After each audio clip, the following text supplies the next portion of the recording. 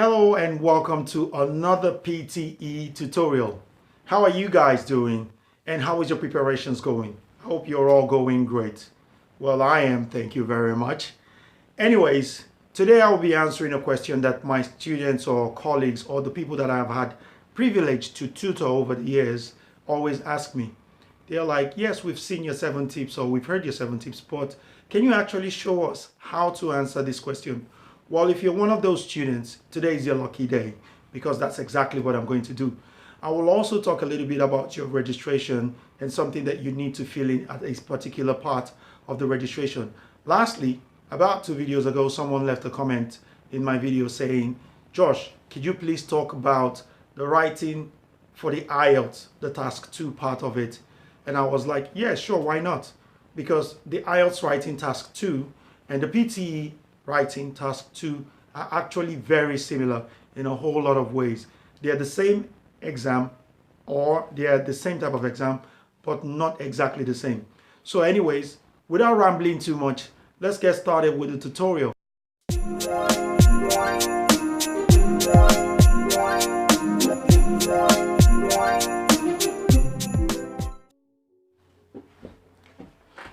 Whew. It's so good to sit down for a change. My legs were killing me. So today, before we head into the practice section, because today is actually a practice session, there are a few things I want to touch on before we go ahead. So first things first, when you're registering for this examination, there is a section where you're asked to fill in your first language. When you get to that section, please do fill in your first language. It is the software's way of actually assessing your accent to actually be able to tell what part of the world that you're from. Now, if it's able to assess your accent, it will have some level of empathy. And that's as far as empathy goes. If you do pronounce the words wrongly, you are going to fail. But if you pronounce them correctly, regardless of where your accent is from, it will calculate it. But if you feel English as your first language, then there might be possibilities that the software will rate you as a native English speaker. And if your accent doesn't match up with a native English speaker, you might get some, marks reduced in that context. So try as much as possible to remember this. Now, another thing I want to touch on is before you practice, make sure that you have with you maybe your smartphone or something to record and time yourself with. Now, there's a recorder on most new smartphones or relatively new smartphones, and with that recorder you can record yourself and you can also time yourself at the same time. Why do you need to record yourself and time yourself at the same time? It is because for the timing, that helps you assess yourself for your oral fluency, making sure that you can finish before 40 seconds. Even if you don't finish the first time before 40 seconds, over practice, practice over time you would actually be finishing these texts before 40 seconds. Now, I've already given you, or in my previous video, how long or the range of time that you should be trying to be finishing within. So that's that about that. That's how I practiced. Another thing that I did when I wanted to practice, another strategy I used was to maybe play music or play a musical video or something that would distract me while I am reading. Now, this is a fine way to also practice. The reason why I did this was because when you get inside the examination hall, you are writing with other people, and so they also will be speaking aloud, and it can get very distracting. So try to get some distracting noise around you when you practice. So when you record yourself with those distracting noise, you can actually tell how good you are and how correct you are for most of the words that you are reading under duress. So having said that, now there is not going to be any distraction in this video because obviously I do not want you to, I want you to get the actual point of what I'm trying to do here, which is show you how I actually handle the oral fluency and the pronunciation part. So without further rambling, keeping cognizance of the 7 tips I mentioned in my previous video, which of course I would leave in the link below, in the description link below. Yes, so Yeah, let's get on with it. One more thing before we get on with it, whenever you are actually answering any question, before you attempt them, make sure that you read the instruction because it is very, very, very vital. Every question might have some difference in their instruction, or every section, maybe not necessarily every question, but every section. So take time to read out the instructions as quickly as possible and then head into the questions. Okay, good. So let's go. Let's get started. For this would be the instruction says, look at the text below. In 40 seconds, you must read this text aloud as naturally and as clearly as possible. You have 40 seconds to read aloud. Now, in one of the tips that I gave you, I said read aloud and read aloud. So they've already told me in 40 seconds, which means I've got 40 seconds to read this text. So I go ahead and I read this text. There are a few things that I do not do when I'm reading this text. One, I'm not going to skim through the text because it is not a race, as it were. Second of all, I am not going to read this text in my mind. I will read it aloud. So here goes for the first time. History rubs shoulders and often overlaps with many other areas of research, from myths and epics to the social sciences, including economics, politics, biography, demography, and much else besides.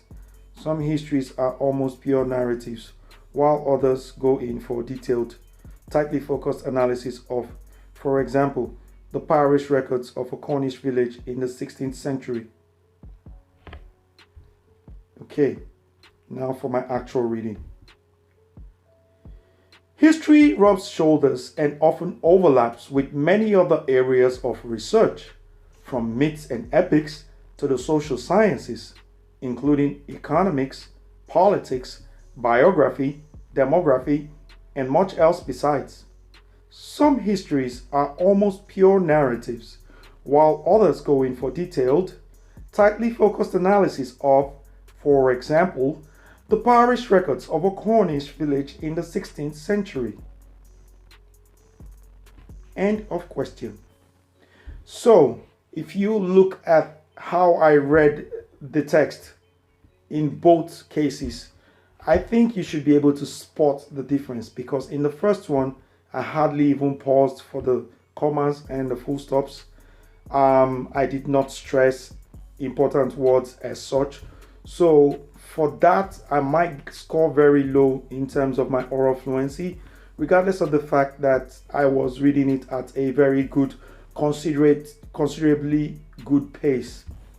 I will still fail it for that because I wasn't stressing important words. That counts for my oral fluency. But in the second time, or the second time that I read it aloud, I actually try as much as possible to focus on the important words and speak like a native like speaker. So one of the strategies in which I used to actually be able to acquire a native like speaking ability was I watched a lot of English speaking or news and movies as well, like as I've said in my previous video. All right, I'll give the next question another shot as well, just so you can confirm again what I'm saying. And remember to always record yourself, because that's the only way you can assess yourself. All right. There are many kinds of pond, but nearly all are small bodies of shallow, stagnant water in which plants with roots can grow. Water movement is slight and temperature fluctuates widely. The wealth of plants ensures that during daylight hours, oxygen is plentiful. However, at night, when photosynthesis no longer takes place, oxygen supplies can fall very low. All right, for my second reading. There are many kinds of pond, but nearly all are small bodies of shallow, stagnant water in which plants with roots can grow. Water movement is slight and temperatures often fluctuate widely.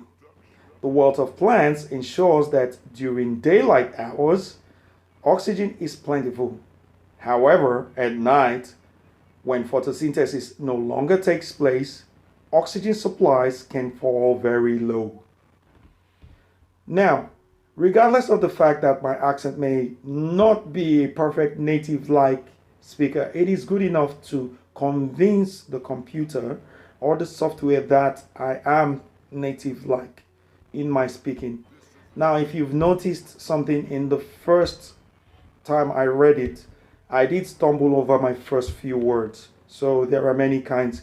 I did stumble over that, but in the second time, I tried as much as possible not to repeat myself or stumble over any word. Because the second time that I read it, my brain automatically woke me up to tell me that this was a problem for me.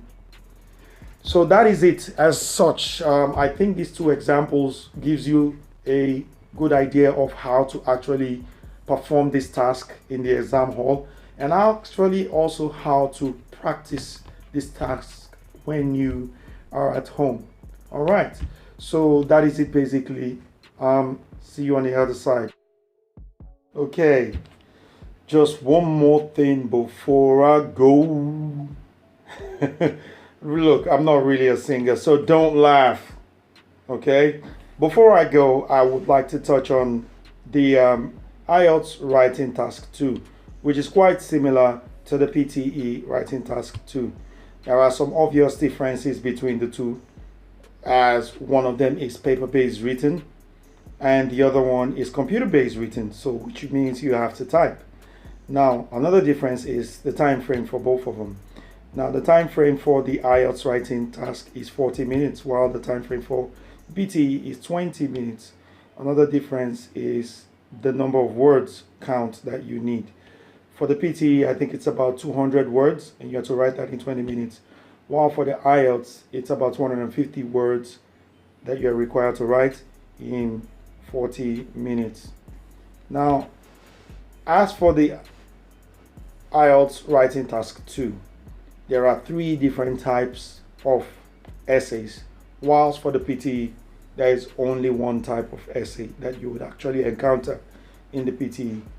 As for the Ielts, the 3 different types are opinion, discussion, and situation. So your opinion essay, you are expected to write your essay in terms of the opinions that you have about the subject matter. And you are also expected to give your opinion at the end of the essay. That means your final paragraph. Also, the next one is the discussion essay.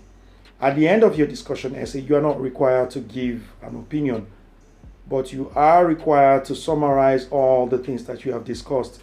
It could be you are discussing something that has an advantage or a disadvantage. Lastly, you have the situation essay. Situation essays are usually things under the topics of like globalization, pollution, or maybe crime and other situations that are happening in and around the world.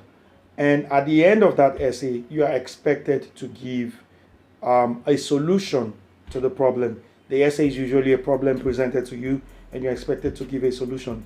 The problem with a lot of us students, or the mistakes that we make, I wouldn't say it's a problem, but the mistake that we make is that we do not find out what sort of essay we are dealing with. Research on these 3 types of essays that I have mentioned, and it will actually help you when you are trying to write your essay. And always look at the question and not the topic of the essay, because oftentimes than not, same topics for the essays would show up, but they would always write different questions underneath. So be very wary and be very careful of that. In subsequent videos, when I would be attempting to talk about the PTE essay, I will shed more light on this, and that should be in about another week or 2, hopefully. So keep your eyes peeled for that. All right, everyone, that's the tutorial, and that's all I have for today. Now, if you like my video and you like other videos, please remember to smash that like button. And if you want more videos from me, remember to subscribe to my channel and you'll be getting more videos. Speaking of subscription, I want to thank the people that have subscribed to my channel already. Over 50 subscribers. That has been a massive help, and I really want to show my appreciation. As a result, I'll be bringing out 2 videos instead of 1 every week from now on. And the larger the channel grows, the more videos that I'll be putting out there. And if you haven't subscribed or you're yet to subscribe, what are you waiting for? An invitation? Come on, go and do it. It's free, hell, who cares? You know? Just a little jokey there. And yeah, please remember to hit that bell notification for you to get more videos from me. Go on, hit it. Yeah. And every time I upload, you'll be getting videos from me. All right. So that's it. Until the next video, please remember to always keep learning, stay blessed, and what? Be terrific.